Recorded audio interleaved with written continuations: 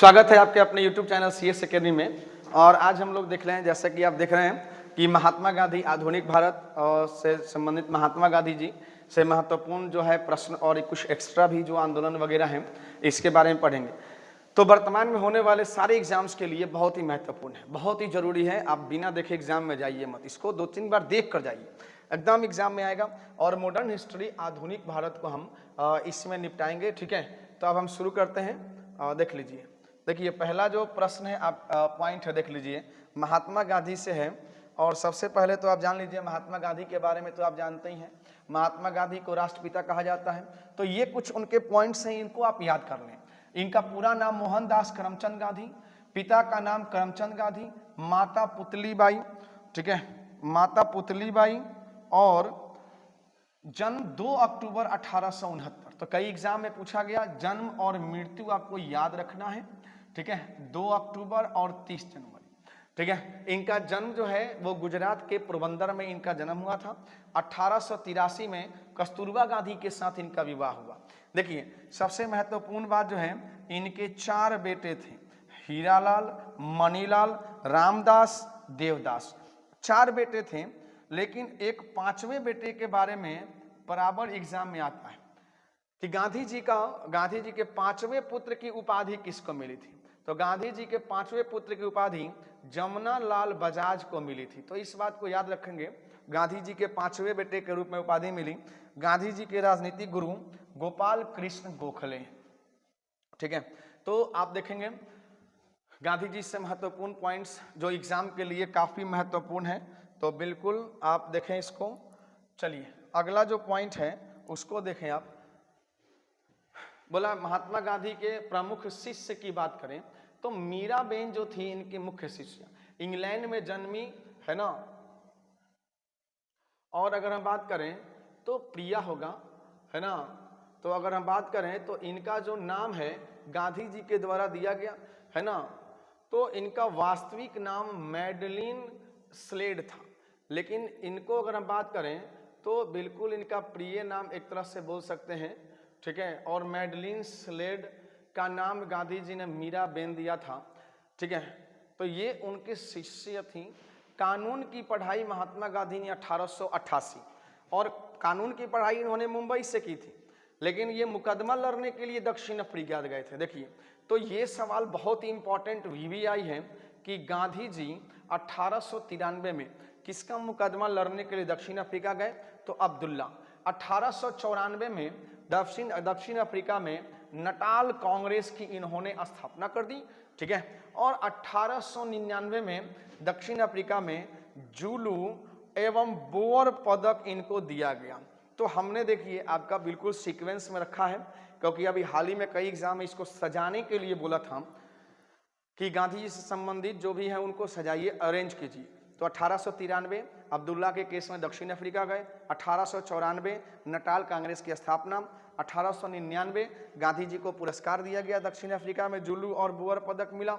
और 9 जनवरी 1915 को, है ना, केसरे हिंद की उपाधि से इनको नवाजा गया महात्मा गांधी को, ठीक है। तो आप इतना कर लेते हैं तो अलग से कुछ करने की जरूरत नहीं, कुछ नहीं, अलग से आपको एक भी पॉइंट नहीं पढ़ना है, बाकी मैं इसी में टोटल कराऊंगा। देखिए कह रहे कि प्रमुख पुस्तकें, गांधी जी के पुस्तक की बात करें तो सत्य के साथ मेरे प्रयोग इनकी आत्मकथा है, इंडिया ऑफ माय ड्रीम्स, अनासक्त योग इनकी पुस्तक है, हिंद स्वराज 1909 में इन्होंने लिखा था, ठीक है, जिसे गीता माता भी कहा जाता है। आगे हम बात करें गांधी जी की पहली पुस्तक London guide, my early life, my experiment with truth, my childhood और इंडियन ओपिनियन। हालांकि इंडियन ओपिनियन जो है ये एक पत्रिका भी है। तो आप देखें कि इतने सारे बुक्स इनके हैं जो एग्जाम में घूम के आते हैं, आपको करना ही है, एकदम याद करना है, वर्ड टू वर्ड रट्टा मारना है, ठीक है। चलिए आगे बढ़ते हैं। नेक्स्ट बोला प्रमुख पत्रिका, तो सबसे पहले देखिए इंडियन ओपिनियन 1903 में दक्षिण अफ्रीका से इन्होंने संपादन किया था इंडियन ओपिनियन का, है ना। नवजीवन पत्रिका एक तरह से देखें तो ये मासिक पत्रिका थी जो गुजराती एवं हिंदी में थी। यंग इंडिया जो कि 1919 में अंग्रेजी में प्रकाशित, और हरिजन सेवक और हरिजन बंधु, ये तीनों पत्रिका भी महात्मा गांधी के द्वारा ये प्रकाशित किए जाते थे। तो एकदम पक्का इसको याद कर ले पत्रिका को टोटल, ठीक है। चलिए आगे बढ़ा जाए।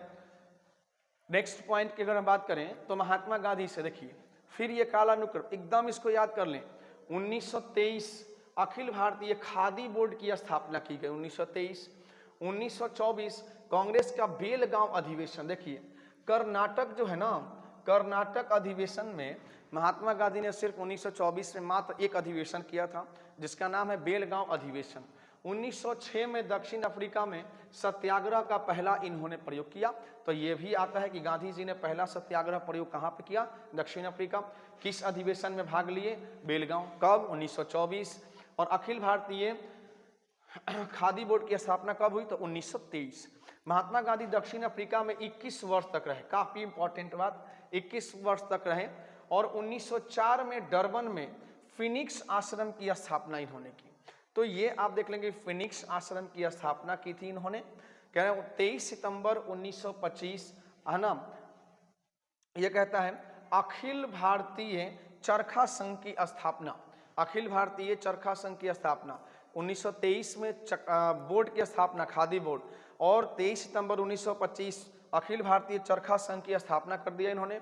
1901 ईस्वी में कांग्रेस के कोलकाता अधिवेशन में पहली बार शामिल हुए। देखिए 1901 में पहली बार शामिल हुए कांग्रेस के कलकत्ता अधिवेशन में, लेकिन 1924 में अध्यक्षता भी की। 1924 के बाद जब इन्होंने इस्तीफा दिया फिर कभी कांग्रेस की अध्यक्षता इन्होंने नहीं की। तो हम बात करेंगे 9 जनवरी 1915। देखिए 9 जनवरी 1915 को महात्मा गांधी से संबंधित जी का भारत आगमन हुआ था और 1915 में साबरमती आश्रम की स्थापना की। देखिए तो प्रत्येक पॉइंट जो है आपके एग्जाम के पॉइंट ऑफ व्यू से है और काफ़ी अच्छे से डेकोरेट कर दिए हैं इसको, तो अच्छे से आप याद कर लें। बस एक ड्यूटी आपकी है याद करने की, तो इसको याद करेंगे तो आपका काम आसान हो जाएगा, ठीक है। देखिए क्या बोला कि भाई महात्मा गांधी के प्रमुख आश्रम, ठीक है, आ रहा है। देखिए महात्मा गांधी के प्रमुख आश्रम, तो देखिए ये तो सवाल भी आई, फिनिक्स है ना, फार्म डरबन, तो ये 1904। टॉल्स्टॉय देखिए आश्रम जो है दक्षिण अफ्रीका 1910, 1904 फिनिक्स। साबरमती आश्रम 1915। सत्याग्रह आश्रम देखिए कोचरब अहमदाबाद 1915। अनाशक्ति आश्रम उत्तराखंड कौसानी 1929 और सेवाग्राम आश्रम वर्धा महाराष्ट्र 1936। बोलिए जितने भी 6 आश्रम हैं इनके, इससे बाहर है नहीं, एकदम गारंटी आना है। अगर आश्रम से आएगा तो इससे बाहर नहीं आएगा, ठीक है। तो काफी महत्वपूर्ण कंटेंट है आपके लिए, काफी बेहतरीन। महात्मा गांधी की प्रमुख अगर हम उपाधियों की बात करें तो इनकी प्रमुख उपाधियां कौन कौन सी रही। जैसे बात करेंगे केसर हिंद, तो आप जानते हैं अंग्रेजों के द्वारा दिया गया, और ये केसर हिंद जो है वो प्रथम विश्व युद्ध के समय भर्ती करने वाला सार्जेंट प्रथम विश्व युद्ध के समय। अर्धनग्न फकीर विंस्टन चर्चिल। महात्मा रविन्द्रनाथ टैगोर। भिखारियों का राजा पंडित मदन मोहन मालवीय। राष्ट्रपिता सुभाष चंद्र बोस। बापू CF एंड्रूज और जवाहरलाल नेहरू। देशद्रोही फकीर Churchill. One man boundary force Lord Mountbatten. आधुनिक युग के आजाद शत्रु डॉक्टर राजेंद्र प्रसाद। देखिए ये आपको एक ही जगह मिलेगा, सारा चीज जो भी आपका होगा आधुनिक भारत का वो एक ही जगह मिलेगा। बस रट्टा मारिए, एग्जाम में आना तय है। जो भी वर्तमान के एग्जाम है उन सभी एग्जाम्स के लिए एकदम आवश्यक, ठीक है। तो काफी मेहनत लगता है भाई इसको बनाने में, तो आप इसको बेकार ना करें, है ना, इसको याद कर लें। चलिए ठीक है, कोई बात नहीं, कोई दिक्कत नहीं। चंपारण सत्याग्रह की बात करें तो ये देख लीजिए, तो मोस्ट इंपॉर्टेंट गांधी जी का प्रमुख आंदोलन एवं सत्याग्रह एक जगह। बाकी इसका डिटेल जानकारी हम नेक्स्ट वीडियो में देंगे, आगे के वीडियो में देंगे, लेकिन पहले आप इसको याद कर लें।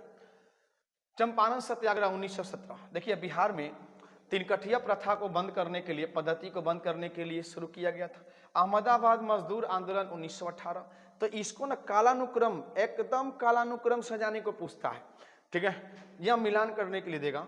देखिए खेरा सत्याग्रह 1918, मिल मजदूरों के साथ बैठकर पहला भूख हड़ताल किए थे।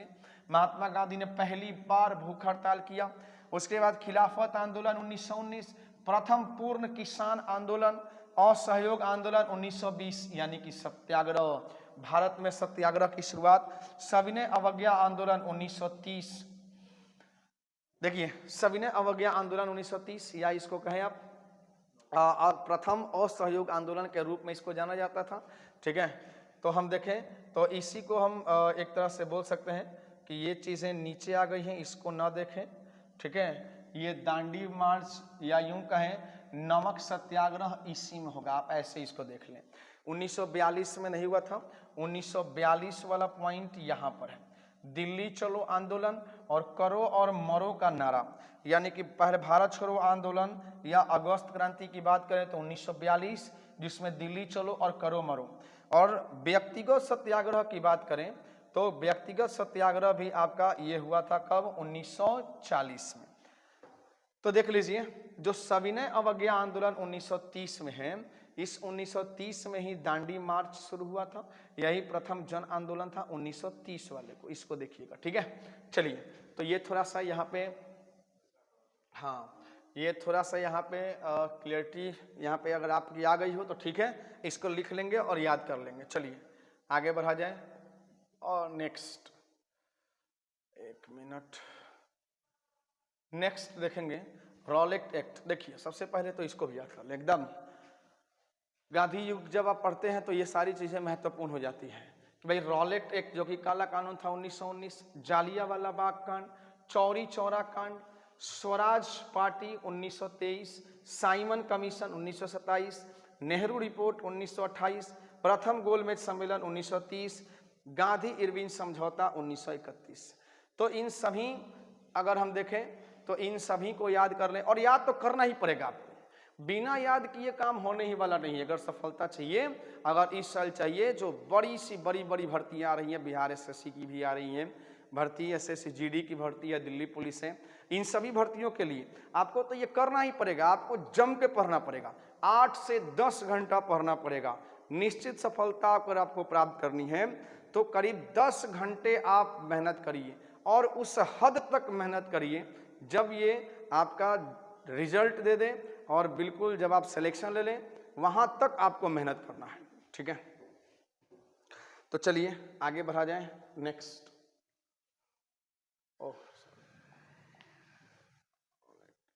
गांधीवादी की अगर हम बात करें, देखिए गांधीवादी चरण के प्रमुख आंदोलन एवं घटनाएं, तो उन गांधी जी के समय की ये सभी चीजें एक जगह अरेंज है। देखिए 1931 में सबसे पहले हम बात करें कि प्रथम गोलमेज सम्मेलन 1930, शायद इसके पहले वाले में था, आप देखे होंगे, पहले वाले में नहीं होगा तो कोई बात नहीं, इसको हमने किया। देखिए प्रथम गोलमेज सम्मेलन 1930 और गांधी इरविन समझौता 1931। ठीक है, अब हम लोग देखेंगे द्वितीय गोलमेज सम्मेलन 1931, सांप्रदायिक पंचायत 16 अगस्त 1932 को, सांप्रदायिक पंचायत पूना समझौता 24 सितंबर 1932, डेट के साथ आया हुआ है क्वेश्चन। तृतीय गोलमेज सम्मेलन व्यक्तिगत सत्याग्रह 1940, पाकिस्तान की मांग 23 मार्च 1940, बिल्कुल डेट के साथ याद करें इसको। क्रिप्स प्रस्ताव, भारत छोड़ो आंदोलन दोनों 1942, वेवेल योजना 14 जून 1945, शिमला समझौता या सम्मेलन की बात करें, समझौता या यूं कहें शिमला सम्मेलन 1945, और प्रत्यक्ष कार्यवाही दिवस 1946। तो मोस्ट इंपॉर्टेंट, एकदम मोस्ट इंपॉर्टेंट चीजें हैं, तो इन सभी पॉइंटों को अच्छे से नोट कर लें, इसको याद कर लें बढ़िया से। चलिए, तो ये आपका जो भी वर्तमान वैकेंसी है, तो आज के लिए इतना ही। धन्यवाद। हमारे चैनल को लाइक शेयर और सब्सक्राइब कर दें, चैनल के साथ जुड़े रहें, आगे की सीरीज हम कंटिन्यू करेंगे।